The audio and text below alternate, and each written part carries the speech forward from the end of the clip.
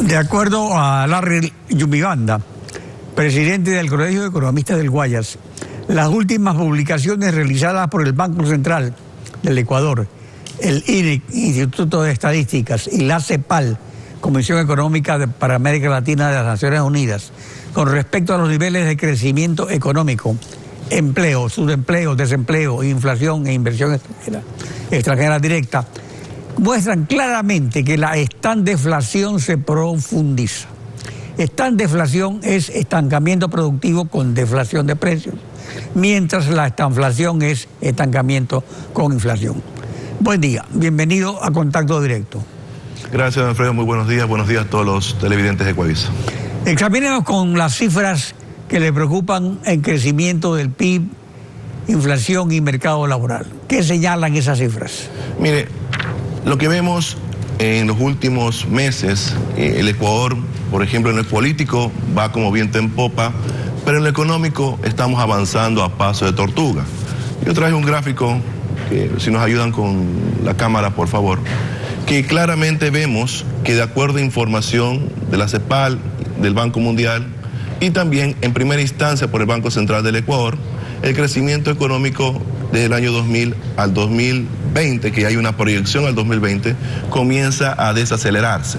Y eso se ratifica fundamentalmente en que el primer informe que da el Banco Central de enero a marzo, cuando ya la economía comienza a crecer menos, versus el primer trimestre del año anterior. O sea, que la economía crece, pero ese crecimiento es ínfimo en relación a la tendencia de crecimiento que venía en el pasado. La cuestión es que se sigue proyectando y se sigue desacelerando la economía ecuatoriana. Entonces, a eso también los indicadores sociales se han comenzado a disparar. La inflación, por ejemplo, está en términos negativos de manera anual. Eso quiere decir que 10 meses consecutivos estamos en deflación de precios. Y a su vez, por ejemplo, la inversión extranjera directa, desde el año 2000 hasta el año 2017, no ha superado en promedio los 700 millones de dólares anuales.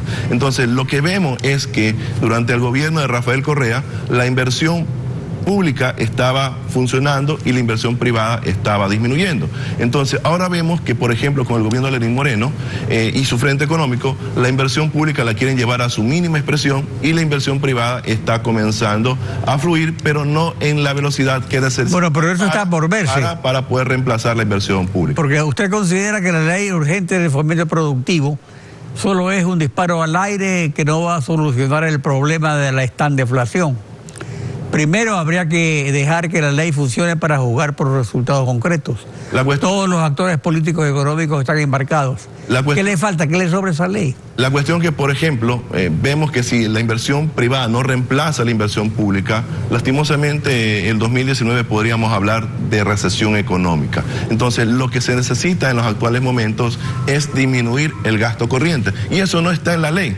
La ley lo que manifiesta es ciertos incentivos para la inversión nueva y ciertos incentivos para cierta inversión existente. Entonces, por ejemplo, la ley de fomento productivo no tiene nada que ver con el asunto de ir revisando el monto de lo que se destina a sueldo y salario en el sector público. La ley de fomento productivo no tiene... Pero el asunto es precisamente de que aquí el problema consiste en que reducción del gasto público significa, como usted dijo, sueldos y salarios.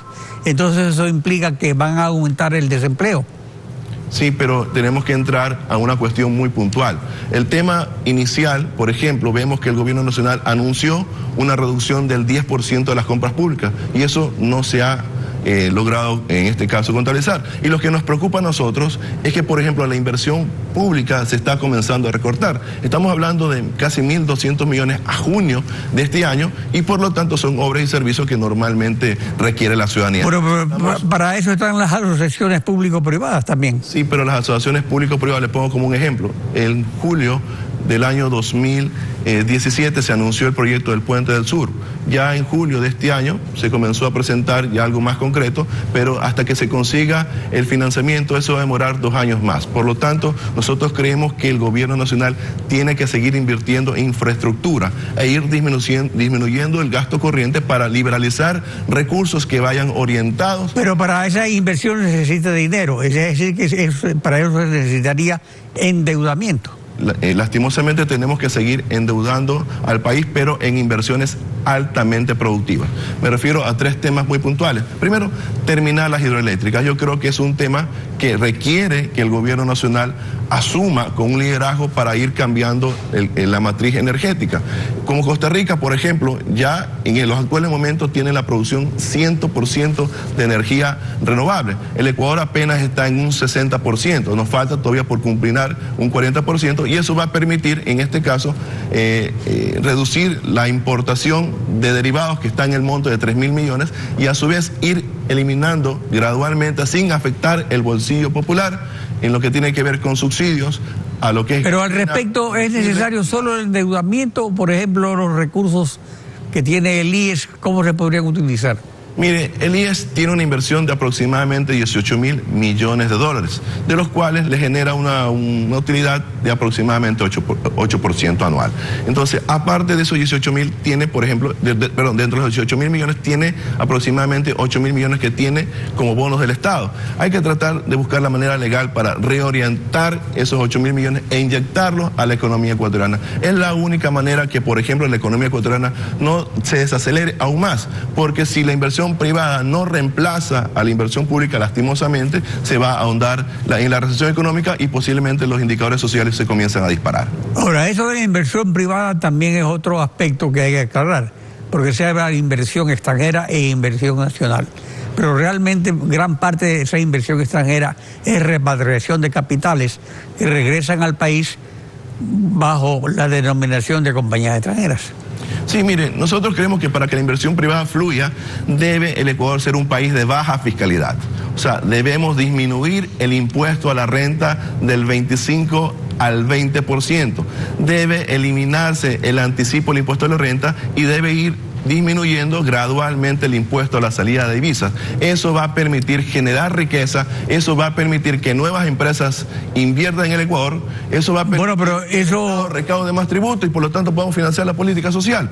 Pero en la ley de fomento productivo se está considerando precisamente 2 aspectos, que es el impuesto a la salida de divisas y el impuesto a la renta. Pero está optado, por ejemplo, el impuesto a la salida de divisas a lo que diga el Frente Económico. Entonces, eso debe estar ligado al crecimiento económico. Si, por ejemplo, la economía ecuatoriana comienza a crecer en el 2.5%, 3%, debe ir disminuyéndose medio punto porcentual por año. Entonces, es la única manera que podamos incentivar a que sigan invirtiendo en el Ecuador. Eso es incentivar a que, por ejemplo, la producción nacional comience a dinamizarse.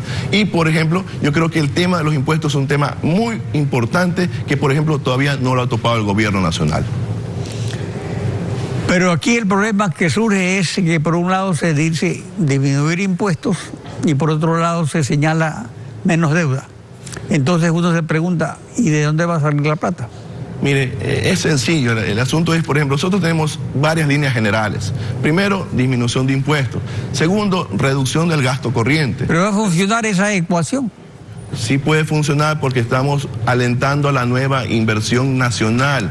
Tenemos que generar en el Ecuador una cultura de que, por ejemplo, la inversión extranjera directa no nos vengan solamente por exoneración de impuestos, sino vengan por la baja fiscalidad en el Ecuador. Tanto Colombia como Perú, por lo general, tienen bajos impuestos. Y también seguir profundizando el tema de los acuerdos comerciales. Nosotros creemos que los acuerdos bilaterales es el paso inicial para seguir atrayendo inversión extranjera directa al Ecuador. Pero básicamente el único que falta es con Estados Unidos. Pero por supuesto, estamos de acuerdo que debe haber un acuerdo comercial con los Estados Unidos. No solamente con los Estados Unidos, sino también con Rusia, sino con Singapur, con China, con aquellos países en los cuales exista complementariedad.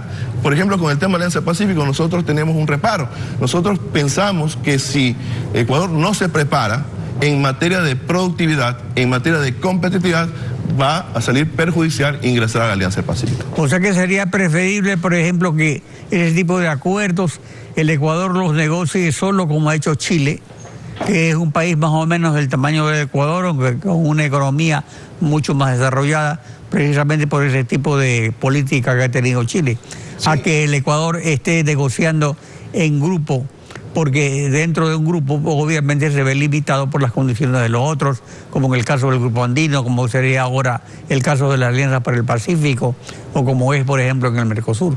Estamos totalmente de acuerdo. Por ejemplo, tenemos nosotros comercio bilateral con la Alianza del Pacífico y tenemos déficit comercial, o sea, exportamos menos, importamos más. Lo mismo nos está pasando con la CAN, lo mismo nos está pasando con Mercosur. ¿Cuál es la lectura? La lectura es que, por ejemplo, negociar con acuerdos más profundos con la región, lo único que van a ocasionar es debilitar la dolarización. Tenemos que seguir impulsando de manera bilateral como un paso inicial. Para cerrar, usted señala que un acuerdo financiero con el Fondo Monetario es clave para poder recomprar la deuda pública cara y de corto plazo, pero ¿no cree que esto no está descartado, que hacia allá va el Ecuador, que solo por maquillaje político no se lo anuncia? La cuestión es que tenemos que llegar a un acuerdo con el Fondo Monetario Internacional para obtener liquidez que nos permita recomprar la deuda, bajar el gasto corriente y esos recursos se vayan destinados específicamente a la inversión pública. Larry Yumibanda, gracias por su participación en Contacto Directo. Gracias a usted. Denise. Alfredo, estamos despidiendo así Contacto Directo, deseándoles que tengan un excelente mes. Ya agosto pasa volando el tiempo, Alfredo. Mañana continuamos rayando la desinformación en Contacto Directo.